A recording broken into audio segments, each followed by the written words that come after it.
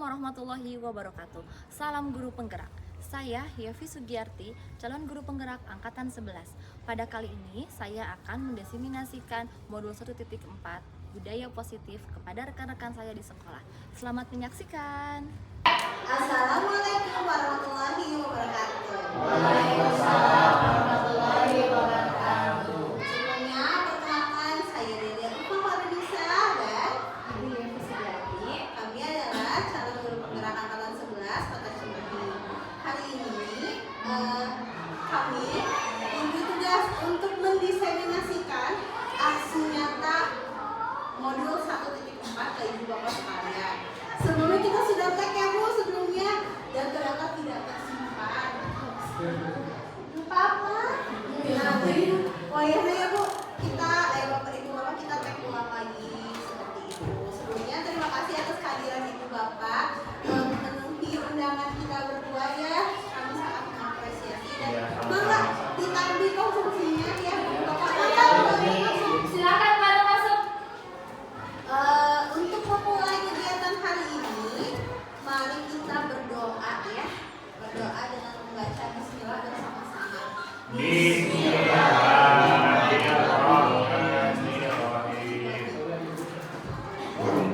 Nah, untuk materi hari ini mungkin tidak akan terasa asing karena jelas sudah dipaparkan ibu bapak. Jadi kita akan memaparkan lagi tentang budaya positif yang akan materi yang akan pertama disampaikan oleh Ibu Yevi Sugiyarti. Beri tepuk tangan. Terima kasih Ibu Bapak. Kita akan mendiseminasikan budaya positif. Budaya positif ini dimulai dari dimulai dari kita peregangan dulu ya.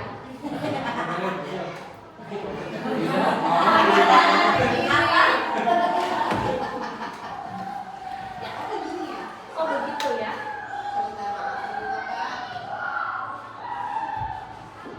Udah pencet nggak?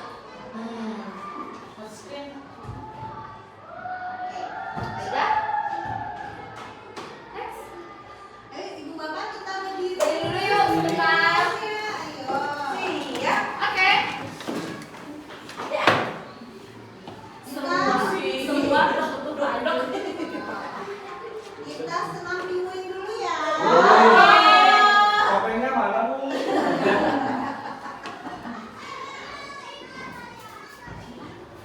Ada apa tadi? Suaranya? Suaranya nggak tahu. Emang dia colok itu? Ini. Hah? Ulangi lagi. Enggak. Di sini? Di sini ya? Mana ada?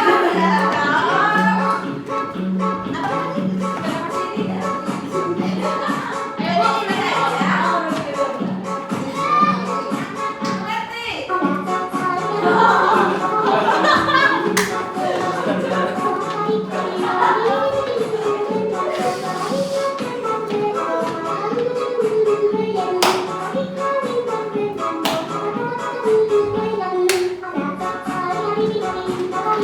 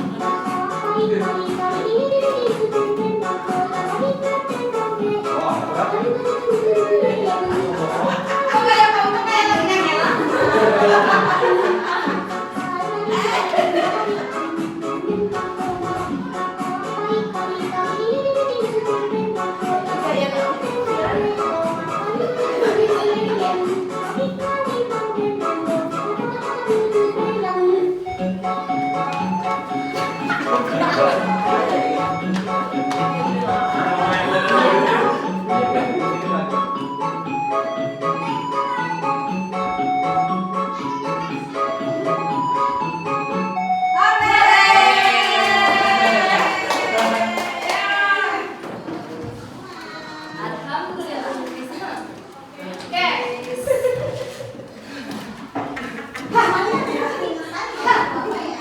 Olahraga kenapa lagi? Alhamdulillah Rabbil Alamin ya. Terima kasih untuk partisipasinya dalam ice breaking barusan. Nah, sebelum kita mulai, kita ada kesepakatan kelas dulu ya Ibu Bapak. Nah, di dalam destinasi ini kita ada beberapa kesepakatan kelas. Yang pertama, memberikan tanggapan atau pendapat dengan menggunakan kata-kata yang sopan dan tidak menyinggung. Kemudian, yang kedua, memberikan argumen yang jelas dan relevan dengan topik atau materi. Setuju nggak? Setuju. Oke. Untuk yang pertama, setuju nggak? Setuju. Ya. Yang ketiga, menghargai perbedaan pendapat dan tidak memaksakan pendapat pribadi kepada orang lain dan temannya di sebelah. Setuju? Setuju. Oke.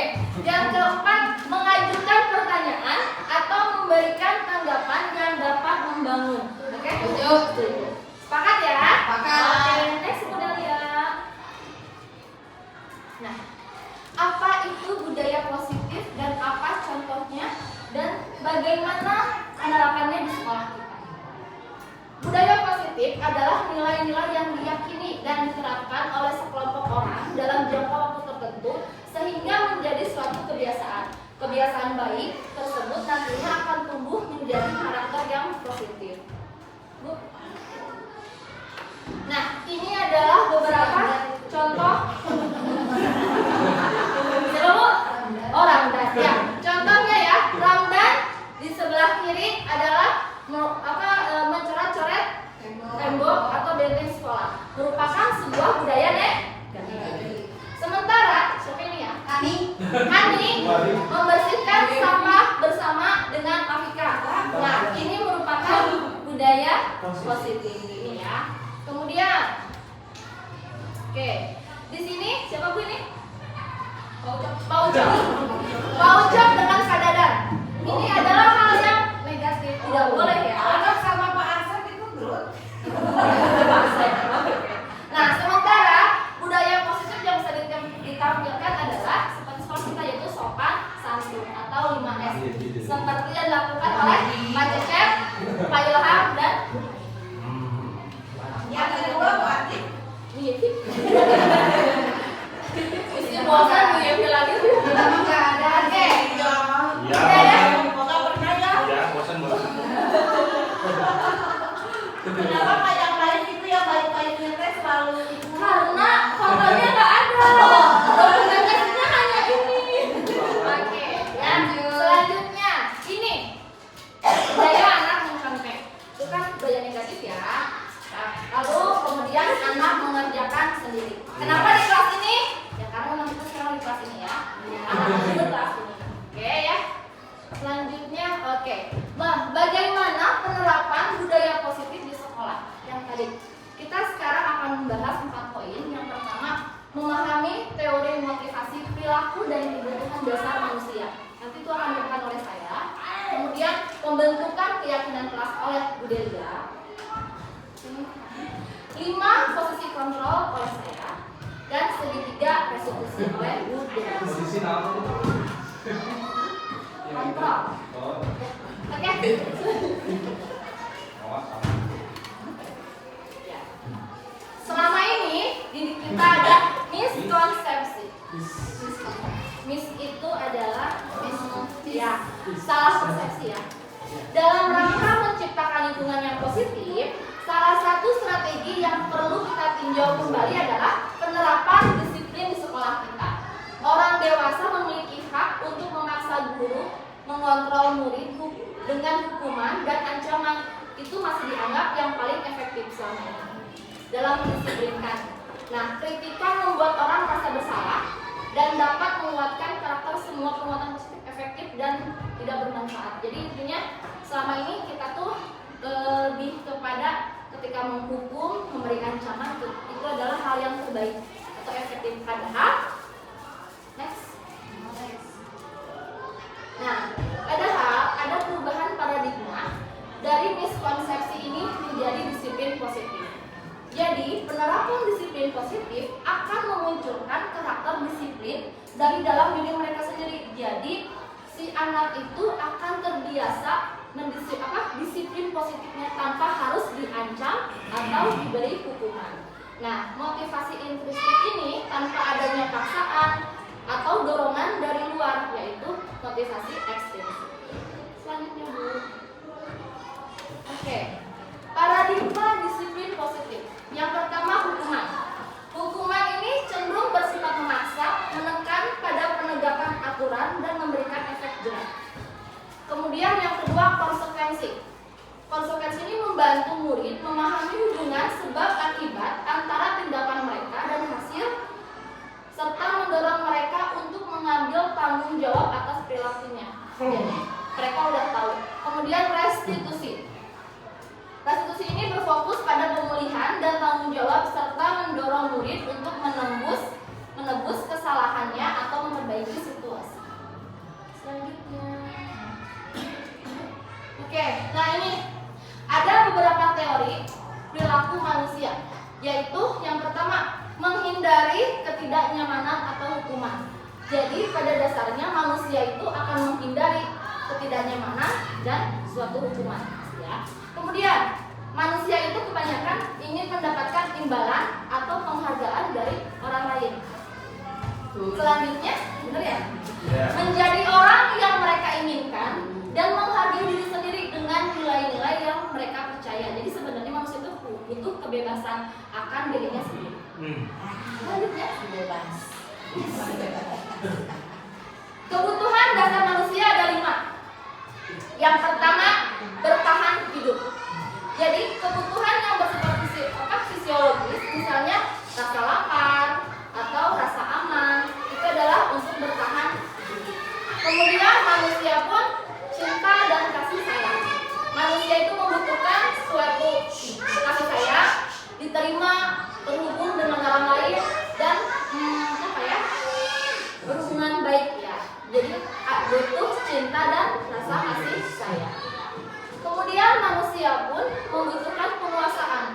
Kebutuhan pengakuan atas kemampuan dianggap berharga. Jadi siapa sih yang mau diremehkan nih? Jadi pasti semua manusia itu ingin dianggap bahwa dia berharga. Next, kemudian kebebasan kebutuhan. Kebutuhan akan pilihan memiliki kendali atas dirinya sendiri. Jadi yang seperti tadi, manusia itu butuh kebebasan. Jadi dia ingin menentukan pilihannya sendiri. Kemudian yang terakhir, manusia juga butuh kesenangan. Kebutuhan untuk merasa senang dan mencari kepuasan. Nah, ketika Kepuasan apa itu? ya, jadi manusia itu selain butuh bertahan hidup, butuh cinta dan kasih sayang, butuh penguasaan, butuh kebebasan, dan butuh kesenangan untuk mencari sebuah kepuasan. Kepuasan dalam arti adalah ketika memiliki pencapaian tertentu, ya. Next, silahkan Bu Delia. Oke, untuk materi selanjutnya adalah keyakinan kelas yang akan dilanjutkan oleh saya sendiri. Jadi gini Bu, kalau keyakinan, jadi salah satu untuk menciptakan budaya positif itu adalah salah satunya membuat kesepakatan atau keyakinan kelas. Nah, keyakinan kelas itu apa? Keyakinan adalah nilai-nilai kebajikan universal yang disepakati secara tersirat dan tersurat, lepas dari latar belakang suku, negara, bahasa maupun agama. Menekankan keyakinan seseorang akan lebih memotivasi seseorang dari dalam. Seseorang akan lebih tergerak dan bersemangat untuk menjadikan keyakinannya daripada hanya sekedar mengikuti serangkaian peraturan tertulis tanpa makna. Jadi keyakinan kelas itu bukan yang bersifat kayak perintah.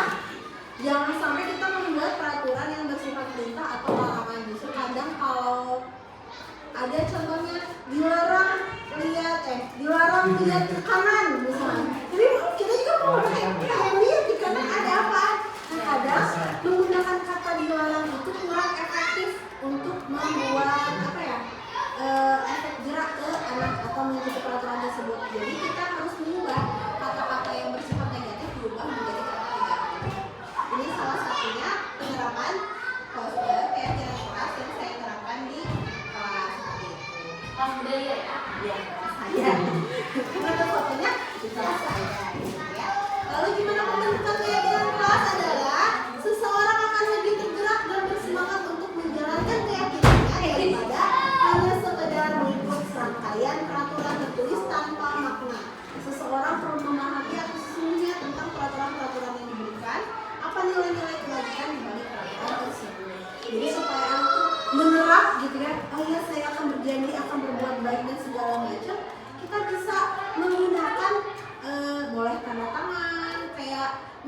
memorandum of agreement atau memorandum of understanding kayak gitu ya.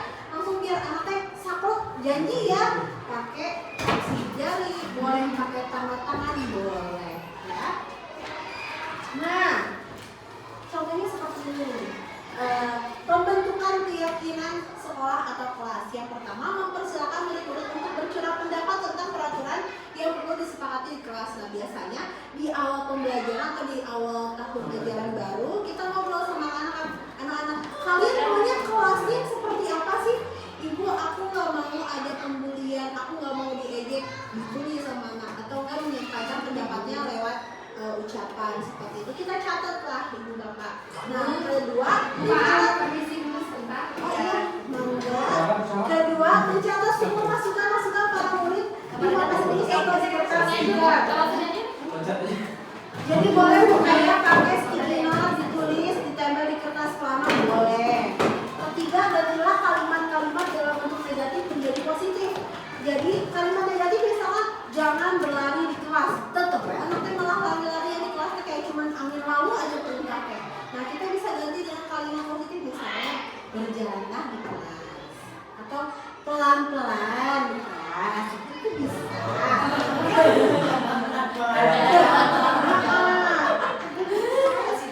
Keempat, gantilah kalimat-kalimat dalam bentuk negatif. Ini masih sama ya, salah. Yang selanjutnya tinjau kembali dan setelah keyakinan selesai dibuat, maka semua warga kelas menyetujuinya dengan menandatangani keyakinan tersebut, termasuk guru dan semua murid. Ini salah satu contoh keyakinan kelas yang saya buat di kelas saya sendiri. Nah, di sini saya menggunakan kalimat-kalimat yang bukan bersifat larangan, tapi menggunakan kalimat positif. Misalkan jangan membuli, bisa kita ganti jadi menghargai guru dan teman. Jangan pakai sepatu selain hitam, kita bisa ganti jadi berpakaian rapi. Terus jangan membuang sampah sembarangan, kita bisa ganti jadi menjaga kebersihan kelas dan sekolah. Jangan berbicara kasar, jangan ngomong anjing coplok. Boleh diganti berbicaralah baik dan sopan seperti itu. Jangan mencontek, bisa tertib saat proses belajar. Jadi kita ubah kalimat-kalimat negatif menjadi positif. Nah, selanjutnya ibu. Nah, kita coba tebak-tebakan sama ibu bapak sekaligus. Masih ingat nggak ya yang kemarin? Masih ingat nggak tebak-tebakannya? Nah, kita cocokkan yang bulat biru ini dengan bulat oranye, ya. Dilarang mengganggu orang. Kira-kira itu apa jawabannya? Kalimat positifnya seperti Ah, apa? saling coba digeser bu, geser ke pojok sini yang oranye. Yang ini? Ya. Oke. Sama yang ini kita geser. Sama ini? Ya. Oke. Di tempat ditimpain. Nah, Yeay, seperti itu. bener nggak sih? Belum. Lalu yang kedua, dilarang memakai sepatu selain hitam, berarti boleh pakai yang mana tuh? Berpakaian yang rapi. Ih, pinter bu bapak. Geser ke sana. Oh. Yang ketiga, dilarang membuang sampah sembarangan. Buang sampah pada tempatnya. Oke, bisa. Sekali salah ya nanti. Ini nggak ada pilihannya. Dilarang menggunakan narkoba atau obat terlarang. Jauhilah obat-obat terlarang. Bisa ya ibu bapak? Bisa. Oke, untuk materi selanjutnya akan disampaikan oleh Bu Yevi tentang 5 posisi kontrol. Kalau mau transfer dari dia. Ya. Speaking anjing kita. Oke. Nah, untuk 5 posisi kontrol ini kita harus mengklik-kliknya. Mohon ibu dan bapak memperhatikan video berikut. Wih, posisi kontrolnya. Ya, 5 posisi kontrol.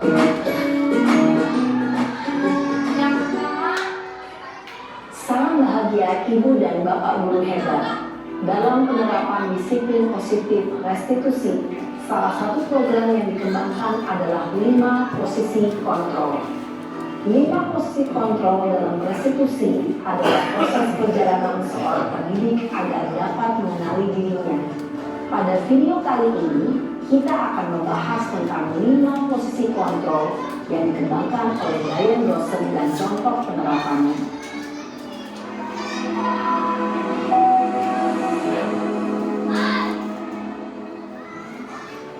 posisi kontrol itu adalah: 1. Posisi penghukum, 2. Posisi pembuat merasa bersalah, 3. Posisi teman, 4.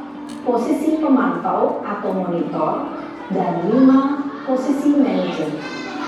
Untuk lebih memahami kelima posisi tersebut, mari kita saksikan kasus Naren yang terlambat hadir 20 menit di sekolah dan melihat bagaimana kelima posisi kontrol dalam menghadapi masalah tersebut.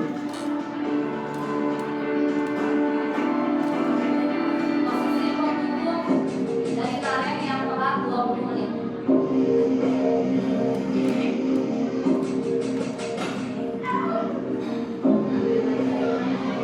Naren! Sini kamu! Selamat pagi, Bu. Selalu terlambat. Kamu deh, pasti terlambat. Maaf, Bu. Saya Apa? Apa coba? Alasan kamu apa lagi? Kapan sih kamu tidak terlambat? Malas sekali ya kamu jadi anak. saya Dasar pemalas. Gak kapok-kapok sih kamu. Sudah berapa kali terlambat? Sana, kamu keliling lapangan basket 2 kali. kenapa saya harus keliling lapangan basket, Bu? Kenapa? Kamu melawan ibu. Berani-beraninya jawab. Sudah terlambat, masih berani jawab pula. Sekarang, keliling lapangan basket 5 kali sekalian. Biar kapok. Cepat. Pergi sana ke lapangan basket. Posisi penghukum biasanya berbicara dengan nada tinggi, menghardik, menunjuk-nunjuk, menyakiti, dan menyindir. Hukuman bisa berupa fisik maupun psikis. Ibu dan bapak guru hebat. Dampak yang terjadi pada murid ketika guru berada pada posisi penghukum adalah murid cenderung akan memberontak, bahkan menyimpan dendam.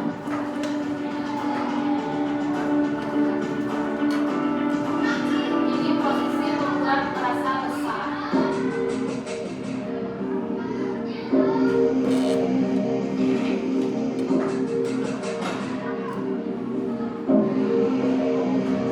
Naren!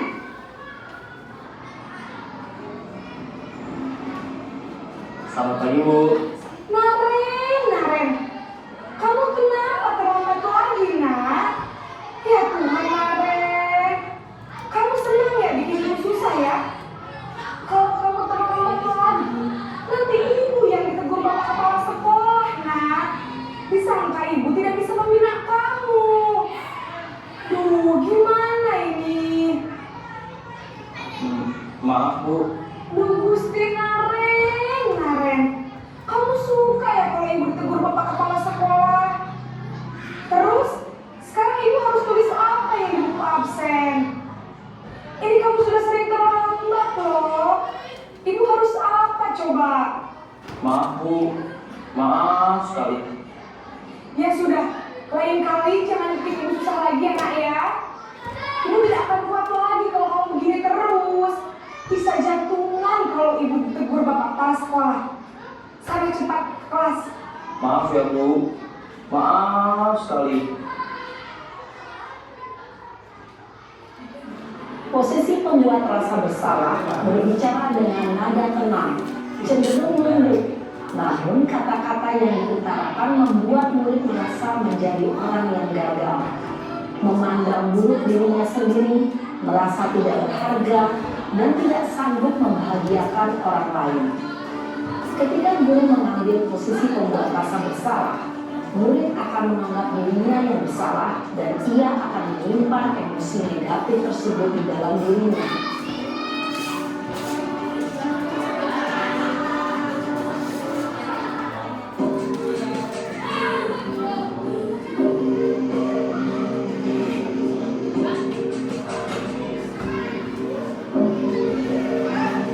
Naren!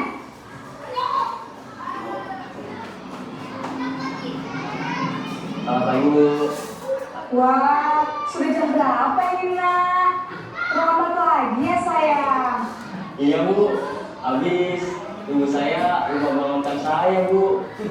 Kamu malah menyalahkan ibu kamu. Kamu bukannya anak yang larinya paling kencang. Kok terlambat sih? Iya, Bu. Saya memang terlambat bangun tadi. Jadi, biarpun saya lari kencang, tetap gak kekejar, Bu.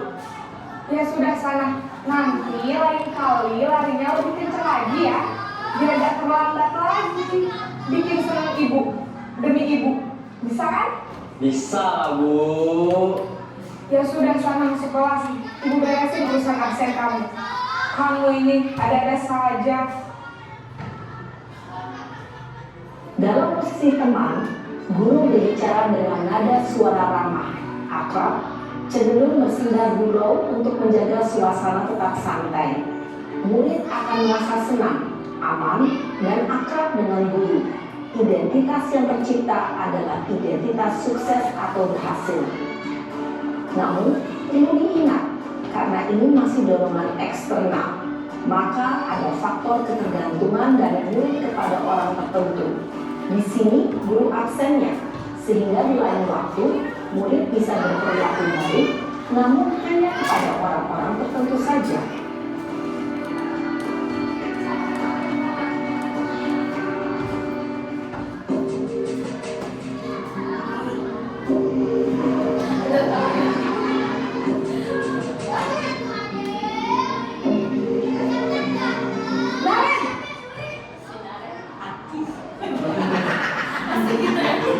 Selamat pagi, Bu. Naren, apa peraturan sekolah kita tentang jam berapa kita harus masuk sekolah, Nak? Kita harus di sekolah jam 7, Bu. Iya betul, sekarang sudah jam 7.20. Naren sudah tahu konsekuensinya jika terlambat hadir. Paham, Bu. Saya harus tinggal kelas pas jam istirahat selama 20 menit. Iya benar, konsekuensinya demikian. Jadi nanti jam 9.30 pas istirahat, kamu harus tinggal di kelas, kerjakan tugas tambahan untuk ketertinggalan kamu, ya? Baik, Bu. Posisi pemantau mengandalkan penghitungan atau data untuk mengontrol murid. Guru mengarahkan murid berdasarkan peraturan dan konsekuensi. Seorang pemantau menunjukkan bahasa tubuh dan ekspresi wajah yang datar dan cenderung formal.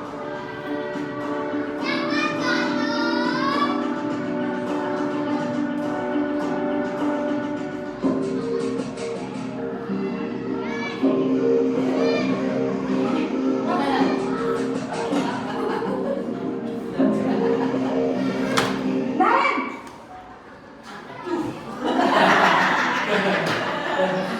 Selamat pagi, Bu. Selamat pagi, Naren. Maaf, Bu. Saya terlambat. Iya, sekolah masuknya jam 7, sekarang sudah jam 7.20. Jadi sekarang bagaimana ini, Naren? Maaf, Bu. Saya lupa setel alarm saya semalam. Baiklah, menurut kamu, keyakinan sekolah yang mana yang perlu kamu tingkatkan? Menghargai diri sendiri dan orang lain mungkin, ya, Bu. Setuju. Jadi, apakah Naren meyakini prinsip saling menghormati tersebut? Iya, Bu. Saya meyakininya. Apakah Naren bersedia memperbaiki masalah keterlambatan ini? Bersedia, Bu. Bagaimana kamu akan perbaiki masalah keterlambatan ini? Saya akan coba untuk tidak lupa menyetel alarm saya, Bu. Baik, kalau Naren meminta alarm di rumah, ada orang yang kira-kira bisa bantu mengingatkan tidak? Ada, Bu. Kakak saya, Kak Emma. Ada lagi selain Kak Emma? Selain Kak Emma, ada ibu saya. Baik, jadi yang mengingatkan Naren adalah Kak Emma dan ibu kamu ya? Kira-kira akan mulai set alarm kapan nih, Naren? Setelah pulang sekolah, akan segera saya lakukan. Baik, jadi Naren akan setel alarm untuk bangun besok pagi dan akan diingatkan oleh kakak dan ibunda Naren ya. Ada lagi yang mungkin perlu dilakukan, Naren? Agar tidak terlambat bangun lagi. Tidak ada, Bu. Baik, Naren. Terima kasih untuk kerjasama kamu. Sekarang kamu perlu kembali ke kelas untuk belajar. Baik, Bu. Terima kasih.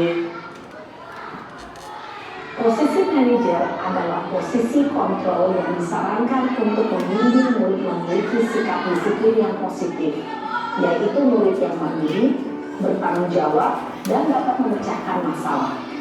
Tujuan dari posisi ini adalah agar murid dapat berefleksi atas tindakannya. Guru akan dengan tulus memberikan pertanyaan-pertanyaan bermakna, sehingga membuat murid dapat belajar dari kesalahannya dan mencari sebuah solusi untuk menyelesaikannya.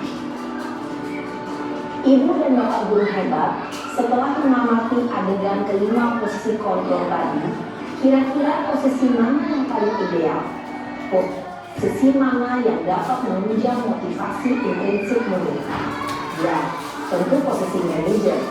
Posisi ini memang posisi ideal yang ingin dituju setiap pendidik. Pada posisi inilah, guru dapat menerapkan disiplin positif. Nah, tadi kita sudah menyaksikan bagaimana adegan Naren dan Ibu absensi, ya, tentang 5 posisi kontrol. Ini yang pertama penghukum, yang kedua pembuat rasa bersalah, yang ketiga teman, yang keempat memantau dan manajer. Menurut di video tersebut bahwa posisi manajerlah yang terbaik untuk anak-anak kita, karena anak akan direfleksi, akan sadar kesalahannya dan memperbaikinya seperti apa. Nah, menurut ibu bapak, apakah hanya manajer posisi kontrol yang baik untuk anak, ataukah ada yang lain? Dengan alasannya, apakah manajer aja? Teman. Kenapa bu? Terkadang itu kita sebagai posisi teman. Ada yang lain? Ya?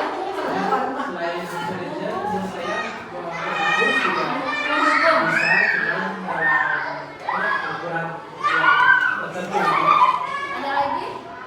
Sama ya. Yang saya rasakan tadi pagi. Ya, mungkin saya juga dari posisi penghukum, karena memang sepertinya treatment itu yang memang perlu dilakukan. Jadi betul, yang terbaik adalah manajer. Kita harus memposisikan sebagai kontrol di manajer. Tetapi ada kalanya posisi yang lain pun diterapkan sesuai dengan situasi yang ada. Next, sudah lihat. Nah, untuk segitiga restitusi ini akan dipaparkan oleh Ibu Delia. Silakan Bu. Baik, ketemu lagi dengan saya Ibu Bapak. Tidak bosan ya. Jadi ketika kita sudah memposisikan kontrol kita sebagai manajer, nah cara penerapannya gimana sih? Tadi kan lihat ada ditanya dulu. Hari ini udah jam 7.20. Terus kan masuk jam 7. Kamu kemana? Ditanya dulu alasannya, langsung ditanya keyakinan kelas apa sih yang dilanggar oleh kamu. Nah itu menggunakan metode segitiga restitusi ya. Yang pertama adalah menstabilkan identitas. Jadi kita menstabilkan identitas, meyakini bahwa anak gitu bahwa manusia itu gak ada yang sempurna.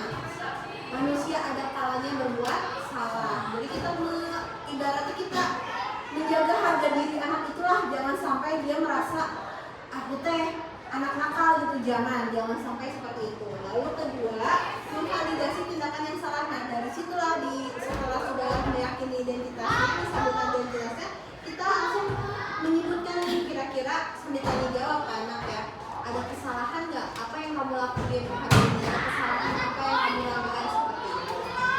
Lalu yang ketiga, menanyakan keyakinan.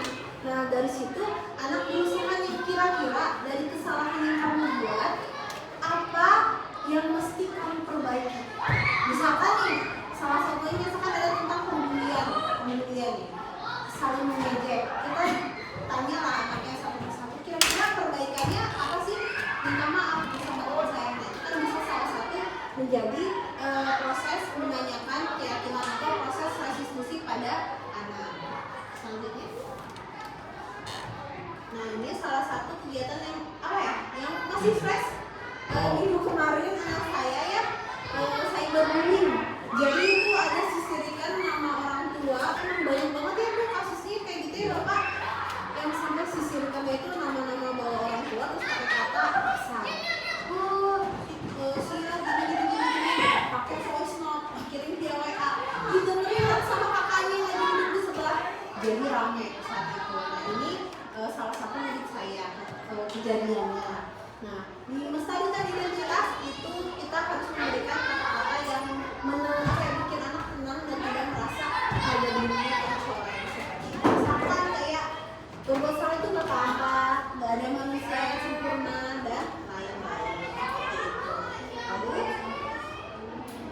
kedua memvalidasi tindakan yang salah. Nah, dari situ kita langsung mulai menanyakan lagi nih pelanggaran-pelanggaran apa yang sudah diperbuat. Terus juga nanya ke sana kenapa sih kok kamu ngelakuin kayak gitu. Nah, juga bisa untuk memperdalam lagi di proses validasi tindakan yang salah. Lalu yang ketiga, yang terakhir adalah menanyakan keyakinan. Dan di sini adalah proses yang kita harus menyepakati kembali keyakinan-keyakinan proses yang sudah dibuat, dan kita juga menanyakan ke anak kira-kira perbaikan apa yang akan disampaikan anak tersebut. Jadi restitusi namanya. Kamu kan tadi udah buang sampah sembarangan, terus kira-kira perbaikannya apa ya? Saya tidak akan buang sampah sembarangan, Bu.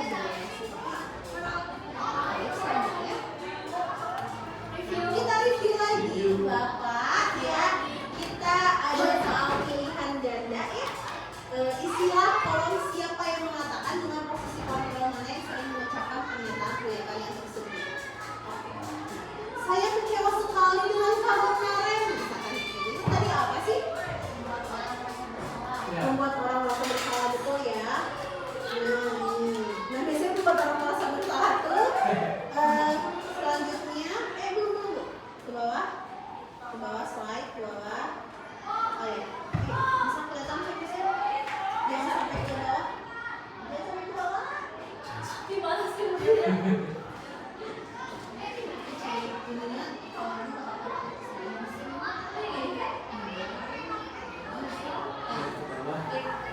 betul ya.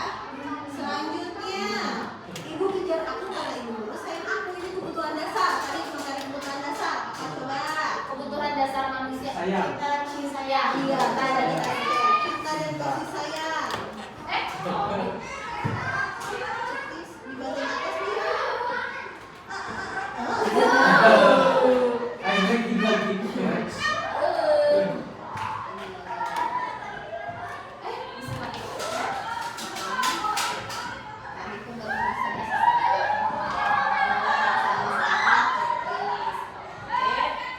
Tadi tuh baru bisa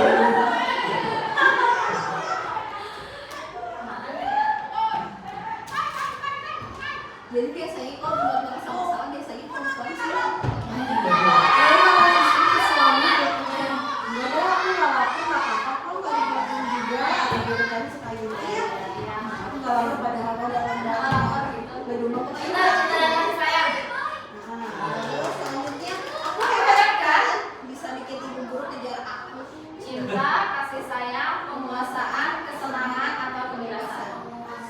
Penguasaan, berarti secara langsung dia kayak bisa mengontrol gurunya ya. Ya.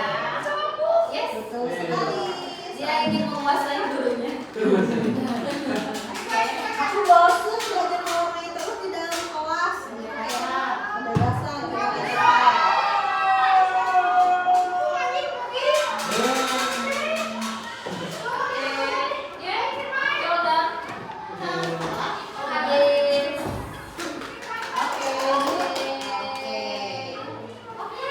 Sekarang ada yang mau ibu tanyakan.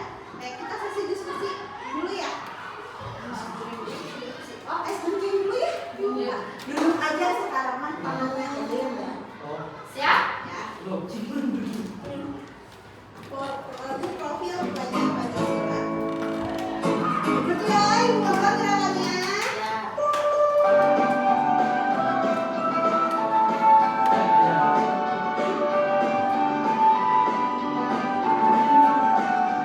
Belajar Pancasila, beriman dan bertakwa pada Tuhan yang Esa dan berakhlak mulia, berdiri di antara gotong royong mandiri, kreatif dan demokratis. Belajar Pancasila, beriman dan bertakwa pada Tuhan yang Esa dan berakhlak mulia, berdiri di antara gotong royong mandiri, kreatif dan berkreativitas. Oke, teman-teman ibu semua. Nah, sekarang saya punya dua kasus. Kita sebagai guru nih kira-kira kasus ini kita punya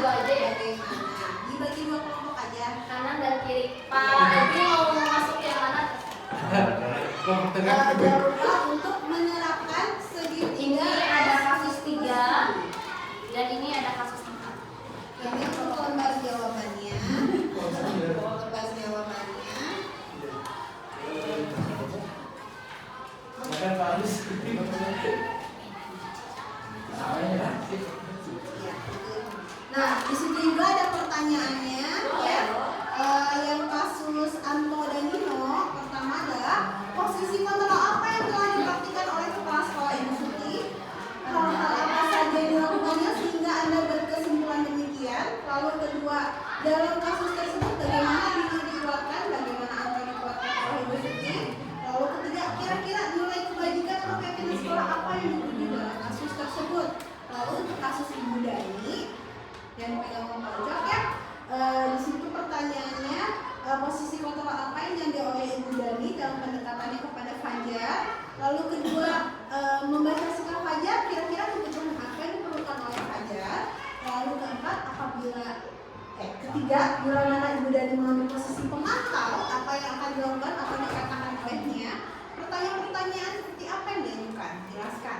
Lalu yang keempat, apabila Anda adalah kepala sekolah di sekolah Fajar dan mengetahui hal ini,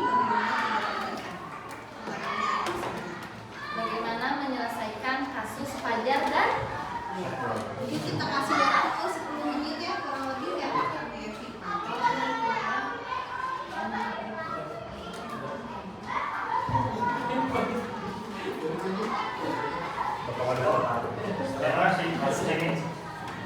ini tukang siapa nih kalau singkatnya? Oh, Dino dan Fajar.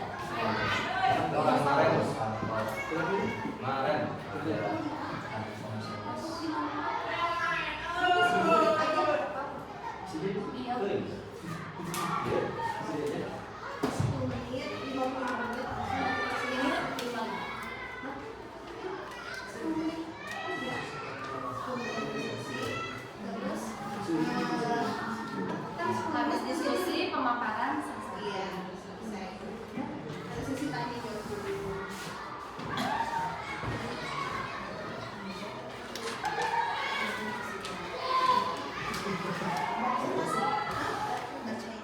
Dibacain ya. Salah. Boleh poin-poinnya aja nggak apa-apa, nanti sama sedikit juga di sini.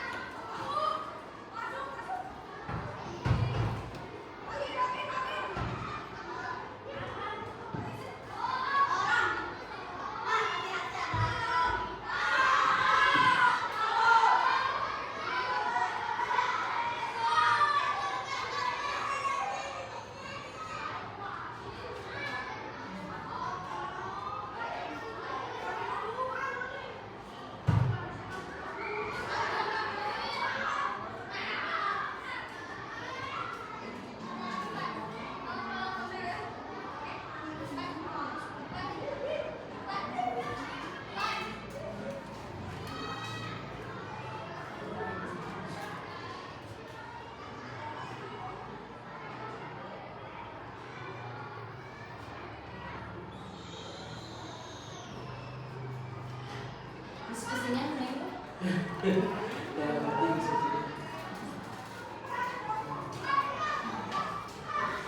itu kasih ide mau sama kepada Ya, kasih ide dan pikiran pada kalian, siapa tahu menambah-nambah ini.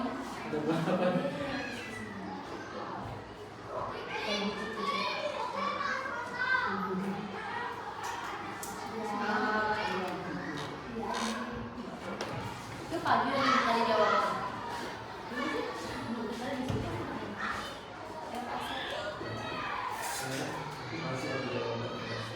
Oh, udah transfer bagus. Oh, oke, sip.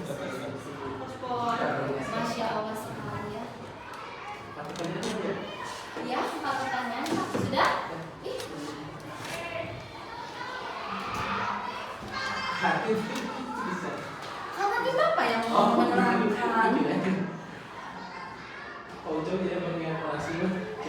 Oh, pojok. Nanti dipaparkan ya.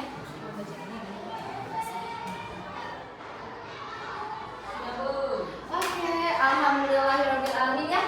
Selesai diskusinya.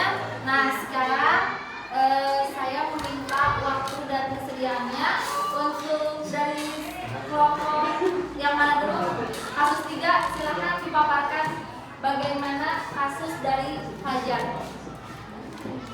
Ya, Pak. Di depan dong.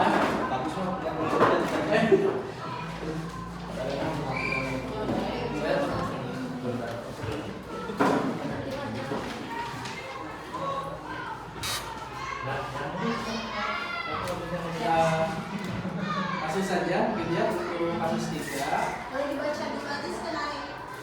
Oh, skenarionya seperti apa? Dibaca Biar di kelompok lain tahu. Ibu Dani. Untuk kasus 3 ini Ibu Dani sedang menjelaskan pelajaran bahasa Inggris di papan tulis. Namun beliau perhatikan bahwa Fajar malah tidur-tiduran dan tampak acuh tak acuh pada pelajarannya. Fajar coba jawab pertanyaan nomor 3. Kemudian maju ke depan dan kerjakan di papan tulis. Fajar pun tampak malas-malasan maju ke depan dan sesampai di depan papan tulis pun Fajar hanya diam terpaku sambil memegang buku bahasa Inggrisnya dan memberikan spidol di tangannya. Ayo Fajar, makanya jangan tidur-tiduran. Lain kali perhatikan. Sudah sana duduk kembali, kira-kira siapa yang bisa? Fajar pun kembali duduk di balonnya. Hal seperti ini sudah seringkali terjadi pada Fajar, seperti tidak memperhatikan acuh tak acuh dan nilai-nilainya pun tidak terlalu baik untuk pelajaran bahasa Inggris. Pada saat ditegur oleh Ibu Dani, Fajar hanya menjawab, tidak tahu Bu. Ibu Dani pun menjawab diri, di mana kamu Fajar? Kamu tidak kasihan sama ibu ya? Ibu sudah capek-capek mengajarkan kamu. Tidak kasihan sama ibu. Dan Fajar pun dia berbisu. Ya. Solusi Ya, dari solusi kasus tersebut adalah Ya.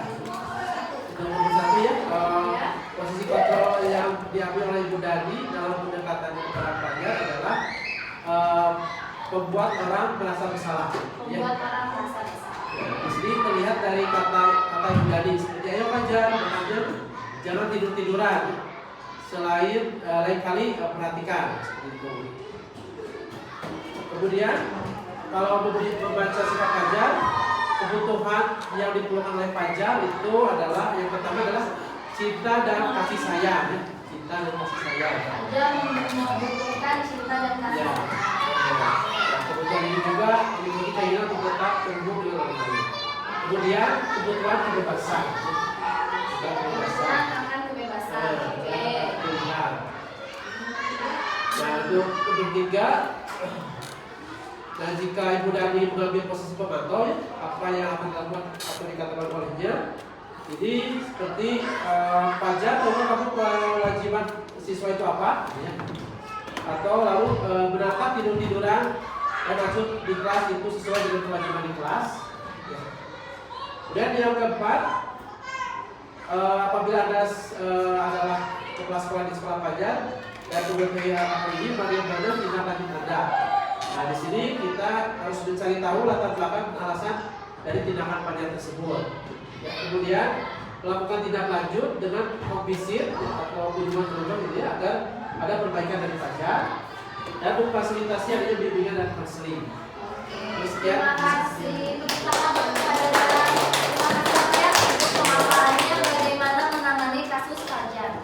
Jadi terungkap ya Ibu dari cerita-cerita yang tadi kasus ini terbaca membuat merasa bersalah kayak Fajar, kamu kan kasihan sama ibu udah capek-capek. Alhamdulillah ya.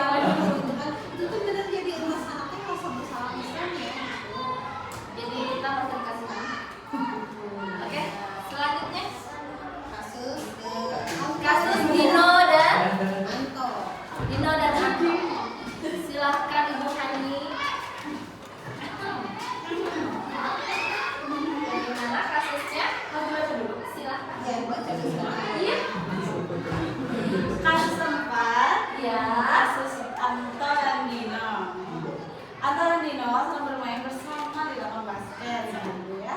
Dan tiba-tiba terlibat dalam sebuah pertengkaran adu mulut.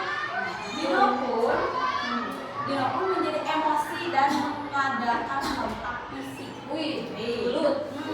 Menarik kemeja Anto, Dino menarik kemeja Anto dengan kasar sampai 3 kancingnya terlepas. Pada saat itu guru piket langsung melerai mereka dan membawa mereka ke ruang kelas sekolah. Ibu Suti sebagai kepala sekolah berupaya menenangkan keduanya, terutama Dino. Seperti ini. Oke. Coba praktekin nih, praktekin. Dino, sepertinya kamu saat ini sedang marah sekali. Mendengarkan itu, Dino pun kembali bercerita tentang kekesalan hatinya. Ibu Suti pun melanjutkan bahwa membuat kesalahan adalah hal yang manusiawi dan bahwa mempertahankan diri adalah hal yang penting. Namun, meminta Dino memikirkan cara lain yang mungkin lebih efektif karena saat ini Dino berada di ruang kelas. Ibu Suti melanjutkan bertanya ke yang tidak sekolah yang disepakati, serta apakah Dino bersedia memperbaiki kesalahan yang telah dilakukan terhadap Anto. Dino pun akhirnya perlahan mengangguk. Kemudian Ibu Suti baru bertanya kepada Anto hal apa yang bisa dilakukan Dino untuk memperbaiki masalahnya. Anto menjawab, saya perlu kancing saya diperbaiki. Yang 3 kancing itu. Betul. Bu, saya sangat marah kalau melihat kancing baju saya sampai copot 3 kancing begini. Ibu Suti pun kembali bertanya ke Dino, apakah yang akan dia lakukan untuk mengganti 3 kancing Anda yang terlepas? Dino berpikir sejenak, namun menjawab, wah tidak tahu Bu, saya akan kembali mungkin ya Bu, kata Dino. Ibu Suti berpikir sebentar dan menanggapi, kalau dilem akan mudah terlepas kembali Dino. Oh iya. Bagaimana kalau kamu menjahit saja? Bersediakan kamu untuk menjahit kancingnya? Dino tampak ragu-ragu dan menanggapi, menjahit? Mana saya tahu bagaimana menjahit Ibu?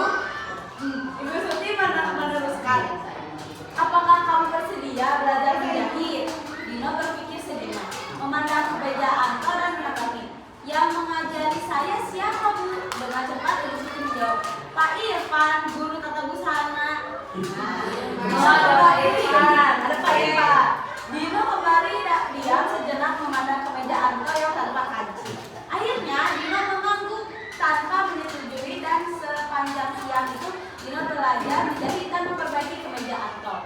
Terakhir kali terlihat kedua anak laki-laki tersebut, Dino dan Anto, pada jalan pulang sekolah. Mereka sudah bercengkrama dan bersenang-senang.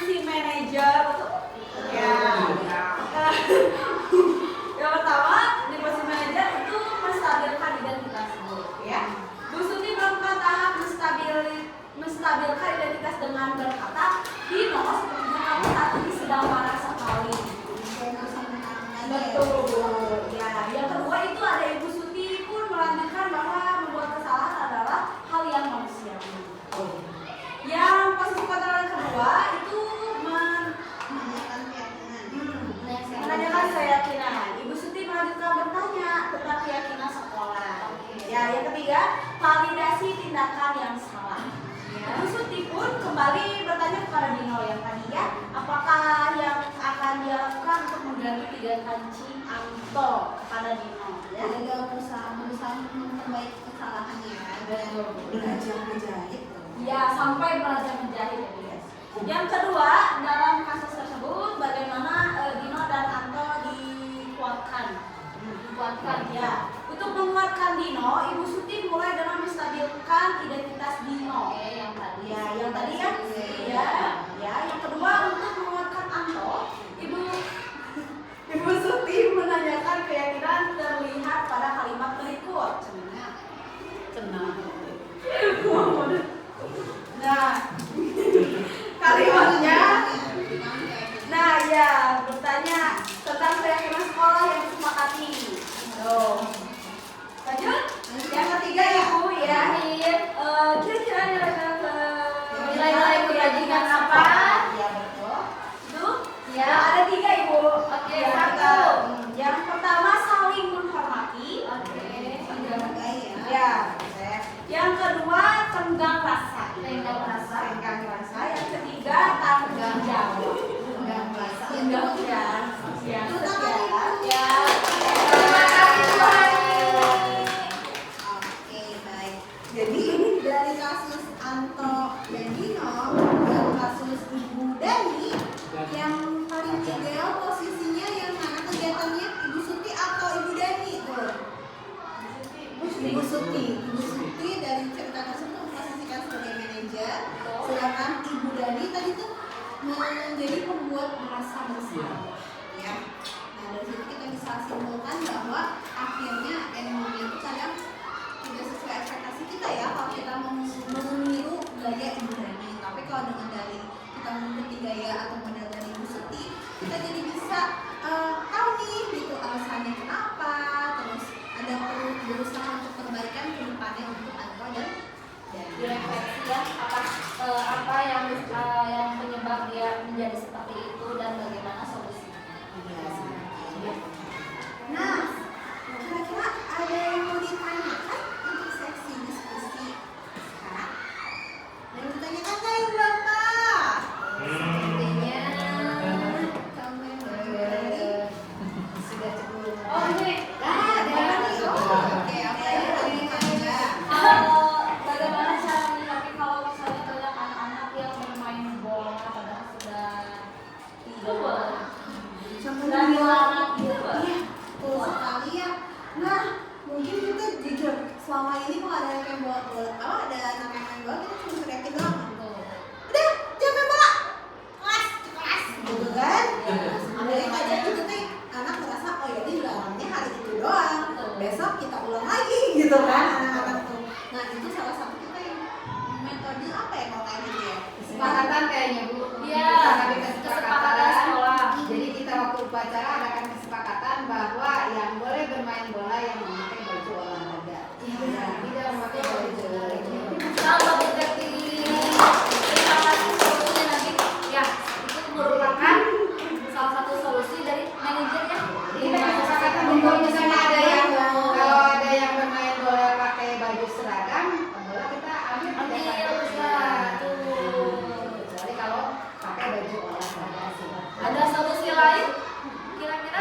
Tambahan kalau misalkan tadi kesepakatan sudah terjadi, ya berarti masih ada pelanggaran. Mungkin belum juga ditambahkan dengan konsekuensi atau sanksi. Konsekuensi. Dan konsekuensi misalkan bolanya kita ambil. Kita dari kesepakatan itu kita ada kalau misalnya melanggar kesepakatan ada Konsekuensinya ada batasannya. Kalau untuk pembuat rasa bersalah cocok nggak? Enggak. Karena Nanti memang gimana kalau kena motor Ibu? Jadi rumah ibu sudah baik. Maksudnya Cocok ya. ada kesepakatan, ada punishment-nya apa? Kalau misalnya melanggar, kan kita diberi publikasi ya, maksudnya di lagu Diumumkan kan, jadi semua siswa tahu nih ya. Jadi kalau misalnya ada siapa saja yang ini melanggar, pasti ada hukumannya apa? Mungkin yang satu ringan, kedua namanya ringan, ketiga mah tinggal siapin sikat kamar mandi aja. Dekat karet bu. Itu aja. Dekat karet. Ya, enggak. Ke kamar mandi aja.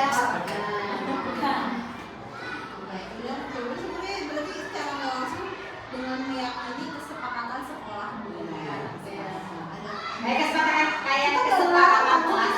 mau anak main bola, cuma Bukan olahraga. bermain bola ketika memakai baju olahraga. Karena kan keyakinan kelas itu adanya di kelas, keyakinan sekolah untuk semua. itu bisa ya. Jadi kita ubah. Nah ini yang kelasnya kan kami dengar waktu puasa kan. Nah, wali kelas yang menyampaikan, jadi kerjasama ya. Masih apa masih ada pertanyaan? Aku boleh. Saya konsekuensi kan guru itu sebagai manajer kan harus memberikan konsekuensi juga gitu. Iya. Konsekuensi yang baik itu seperti apa ya? Kalau contoh kasusnya misalnya mungkin anak tidak mengerjakan PR, Iya. gimana ya? Apakah kita langsung bertindak sebagai manajer atau boleh sebagai teman dulu kayak, oh gak apa-apa hari ini kamu tidak mengerjakan PR, besok jangan mengulang. Kan kalau kita sebagai teman gitu kan ya. Kalau misalnya Posisi manajer ya apa konsekuensi yang baik untuk yang tidak mengerjakan PR? posisi manajer itu Pak bisa dilaksanakan ketika kita sudah membuat keyakinan kelas, dan konsekuensi itu ada di keyakinan kelas. Jadi kesepakatan siswa semuanya dalam satu kelas. Jadi ketika di keyakinan kelas ini apa nih yang dibutuhkan siswa, kelas bersih, terus mengerjakan tepat waktu, terus berpakaian rapi, tapi dengan kata-kata yang positif. Jadi nanti ketika anak melanggar, kita di posisi manajer menanyakan keyakinan kelas mana yang kamu langgar. Jadi terus ketika kita menanyakan keyakinan yang dilanggar, berarti otomatis ada yang dilanggar. Nah kita meminta anak untuk merestitusi. Kira-kira perbaikannya apa nih ke depan? Kalau ya nanti kalau misalnya anak masih nggak mau ngerjain PR, berarti otomatis kita ngobrol dong sama orang tuanya. Misalnya kita udah nanti nih restitusi perbaikannya, kamu nggak ngerjain aku PR gimana? Oh mungkin saya ngomong sama orang tua biar diingetin dulu. Saya mengingatkan teman saya untuk ngerjain PR, misal kayak gitu. Tapi kalau misalkan masih berulang-ulang datang sama alasannya lupa lah atau males lah, ya berarti ada kebutuhan dasar yang tidak dipenuhi. Nggak ada mungkin kekurangan cinta dan kasih sayang dari orang tua. Waktu itu nggak mengingatkan yang kadang kita Jadi di awal kita sebagai posisi manajer ke anak, nah ketika masih berlanjut kita lihat kerjasama sama saya supaya contohnya gitu. Jadi segitiga itu jadi menstabilkan semuanya, mengkondisikan supaya masalahnya selesai. Jadi ketika konsekuensi itu sudah terlaksana, tapi anak tetap mengulang kesalahan yang sama, Kita panggil berarti tidak masalah gitu ya mengerjakan sekolah ke sekolah tidak apa-apa. tidak apa-apa. berarti kan sebenarnya kalau kita coba kan nanti di ibu dan itu mengenai PR itu sudah ngerjain. Iya. Nggak ada tekanan dari orang tuanya.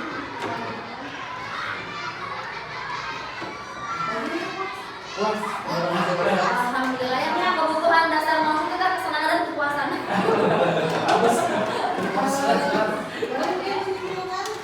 Iya. Alhamdulillahirobbilalamin, selesai diskusi kita ya untuk diseminasi budaya positif ini. Sepertinya ibu bapak sudah banyak memahami bagaimana pentingnya budaya positif untuk membentuk karakter anak apalagi di sekolah kita ini ya. Dan alhamdulillah sebetulnya tidak terlalu sulit menerapkan budaya positif karena ya betul, karena pembiasaan pun sudah mengarah ke budaya positif di sekolah kita. Hanya saja kita mungkin harus lebih ekstra memperhatikan dan lebih menyempurnakan lagi apa saja untuk supaya budaya positif ini terlaksana. Contohnya tadi ya bermain bola ketika bukan pelajaran olahraga. Tambahan? Jadi jangan lupa untuk melakukan kesalahan. Memang nggak semua kesalahan bisa direvisi ya, tapi sebenarnya kita bisa mempraktekkan yang sedikit revisi ke anak-anak. Jadi kita perhatikan dulu 5 kebutuhan dasar manusia itu yang tadi ya, bertahan hidup, cinta dan kasih sayang, penguasaan, kebebasan dan kesenangan. Setelah 5 kebutuhan dasar itu disandingkan dengan 5 contoh